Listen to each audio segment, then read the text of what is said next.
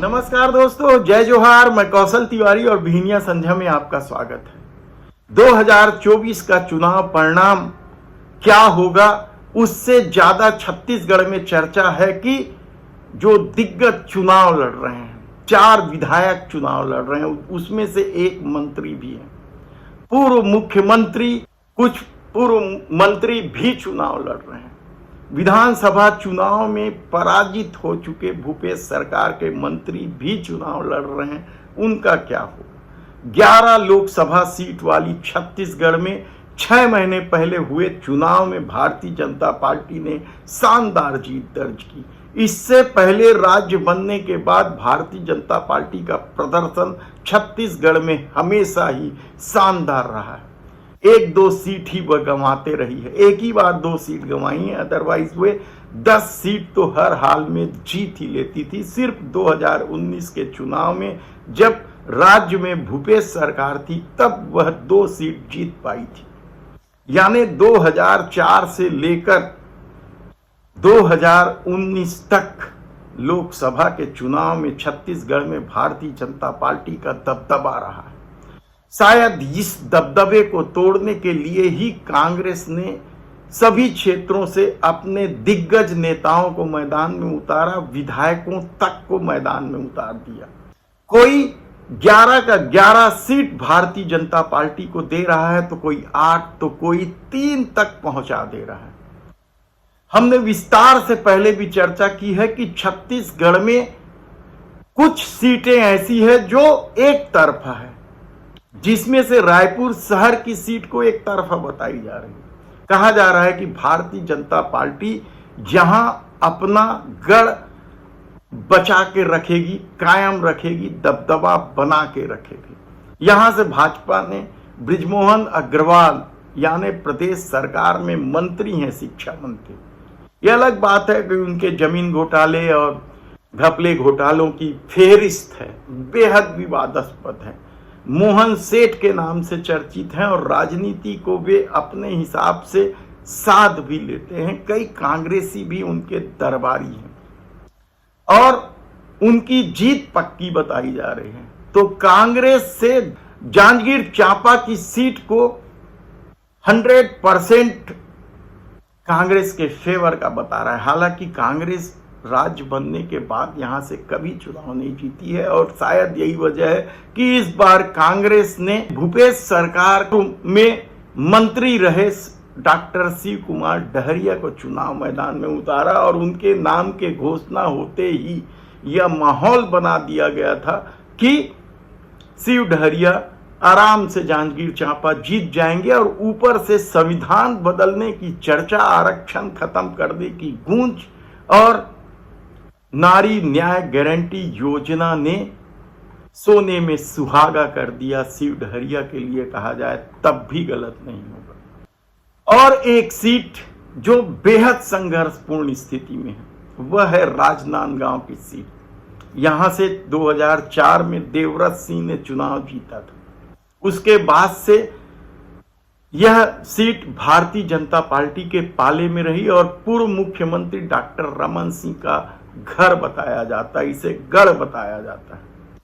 तब ऐसी परिस्थिति में वहां की 8 विधानसभा सीटों में से जब 5 सीटें कांग्रेस के पास है और कांग्रेस ने पूर्व मुख्यमंत्री भूपेश बघेल पर दांव लगाया है, तो क्या भूपेश बघेल चुनाव इस बार जीत जाएंगे? कहा तो यही जा रहा है, लेकिन भाजपा के इस गढ़ को भेदना उतना आसान भी नहीं है। हालांकि भूपेश बघेल की चुनावी रणनीति के आगे संतोष पांडे बौने साबित हुए, यह लोगों का दावा है। तब यह दूसरी सीट होगी जो कांग्रेस जीत सकती है। तीसरी महत्वपूर्ण सीट महासमुंद की है, जहां भारतीय जनता पार्टी ने साहू समाज से इतर जाकर अगरिया समाज को टिकट दी और कांग्रेस ने यहां से दुर्ग से ले जाकर पूर्व मंत्री ताम्रध्वज साहू को मैदान में उतारा। ताम्रध्वज साहू दुर्ग से सांसद भी रह चुके हैं। महासमुंद में साहू समाज की बहुलता है, पकड़ है और यह सीट भी कांग्रेस जीत लेगी कहा जा रहा है। हालांकि संघर्ष है, क्योंकि भारतीय जनता पार्टी की राज्य में सरकार है और उसने कोई मौका कांग्रेस के लिए नहीं छोड़ा। लेकिन 4 जो आदिवासियों के लिए आरक्षित सीट है, बस्तर, कांकेर, सरगुजा और रायगढ़। रायगढ़ और सरगुजा भाजपा का गढ़ रहा है। गढ़ तो कांकेर भी रहा है, जहां से कभी भाजपा नहीं हारी है। लेकिन जगदलपुर पिछले बार वह हार गई थी। दीपक बैस सांसद बने थे, इस बार कांग्रेस ने उनकी टिकट काट दी और भूपेश सरकार में मंत्री रहे कवासी लखमा को टिकट दी। कवासी लखमा कोंटा के विधायक भी हैं, जो इसी लोकसभा के विधानसभा के अंतर्गत आता है और कहा जा रहा है कि वे भी आसानी से जीत जाएंगे। तब कांकेर में क्या वीरेश ठाकुर चुनाव जीतेंगे? क्योंकि पिछला चुनाव वे 5000 से हारे थे और भाजपा ने प्रत्याशी तो बदला, लेकिन महिला उत्पीड़न के आरोपी भोजराज नाग को दे दिया टिकट। तब ऐसी परिस्थिति में क्या वीरेश ठाकुर चुनाव जीत जाएंगे? 50-50 का मामला है और जीत हार का अंतर पिछले बार की तरह 5, 10, 20 हजार के आसपास ही रहने वाला। तब सरगुजा में क्या कांग्रेस जीत जाएगी? क्योंकि भारतीय जनता पार्टी ने यहां से कांग्रेस से आए चिंतामणि महाराज को टिकट और कांग्रेस ने रश्मि सिंह को टिकट दिया। युवा नेत्री हैं, राहुल गांधी की पद यात्रा में भी शामिल हुई हैं और कहा जा रहा है कि स्थानीय भाजपाई चिंतामणि महाराज से खुश नहीं थे, इसलिए रश्मि सिंह का पलड़ा भारी है। तब रायगढ़ में जो प्रतिष्ठा का सीट माना जा रहा है भारतीय जनता पार्टी के लिए, क्योंकि यहां से ओपी चौधरी जो प्रदेश सरकार के सबसे दमदार मंत्री हैं, पूरे प्रशासन को अपनी मुट्ठी में किए हुए हैं, कहा जा रहा है कि सरकार वही चला रहे हैं। उनका विधानसभा क्षेत्र है तो मुख्यमंत्री विष्णुदेव साय का यह लोकसभा क्षेत्र है, वे यहां से सांसद भी रहे हैं। पिछले बार उनकी टिकट भले ही काट दी गई थी, लेकिन पकड़ तो है। तब ऐसी परिस्थिति में कांग्रेस ने जिस मेनका सिंह को टिकट दिया है, वह क्या कुछ कर पाएगी कहना बेहद कठिन है, लेकिन मुकाबला यहां भी जोरदार है। दरअसल छत्तीसगढ़ में मुकाबला कांग्रेस और भाजपा के बीच है और दोनों के संगठन मजबूत है। ऐसी परिस्थिति में हर सीट पर मुकाबला बेहद ही मजबूत है। तब बिलासपुर का क्या होगा? यहां तो भारतीय जनता पार्टी ने अपने पूर्व सांसद को उप मुख्यमंत्री बना दिया है और नए चेहरे को मैदान में उतारा है। साहू समाज से ही टिकट दी है। पिछले बार भी जो सांसद थे अरुण साहू, वे साहू समाज के थे।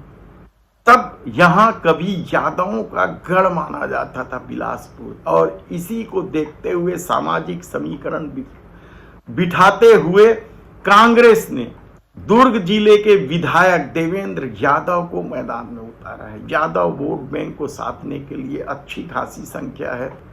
कहा जा रहा है कि देवेंद्र यादव ने शुरुआती विरोध के बाद स्थिति को संभाल ली है और वह जीतने की स्थिति में आ गए हैं, यह दावा है। तब दुर्ग विधानसभा, जहां से भारतीय जनता पार्टी ने अपने सांसद विजय बघेल को ही चुनाव मैदान में उतारा। पिछली बार वे 3.5 लाख से अधिक वोटों से जीते थे, भूपेश बघेल के तमाम तरह के ताकत लगाने के बाद भी। तो क्या इस बार विजय बघेल जीत जाएंगे? कहा जा रहा है कि जीत का अंतर जरूर घटा है, लेकिन विजय बघेल का पलड़ा भारी है और राजेंद्र साहू उन्हें कड़ी टक्कर दे रहे हैं।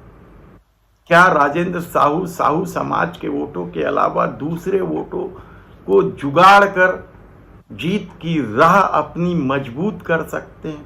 यह परिणाम बताएगा 4 जून को, लेकिन कहा जा रहा है कि यहाँ मुकाबला बेहद रोचक है और डाल डाल और पात पात की स्थिति बनी हुई है। तब ऐसे में जो आंकड़े सामने आ रहे हैं, 11 में 11 जीत जाने के, 8 जीत जाने के, या 3 तक पहुंच जाने का क्या का परिणाम में कैसे दिखेगा, 4 जून को ही पता चलेगा।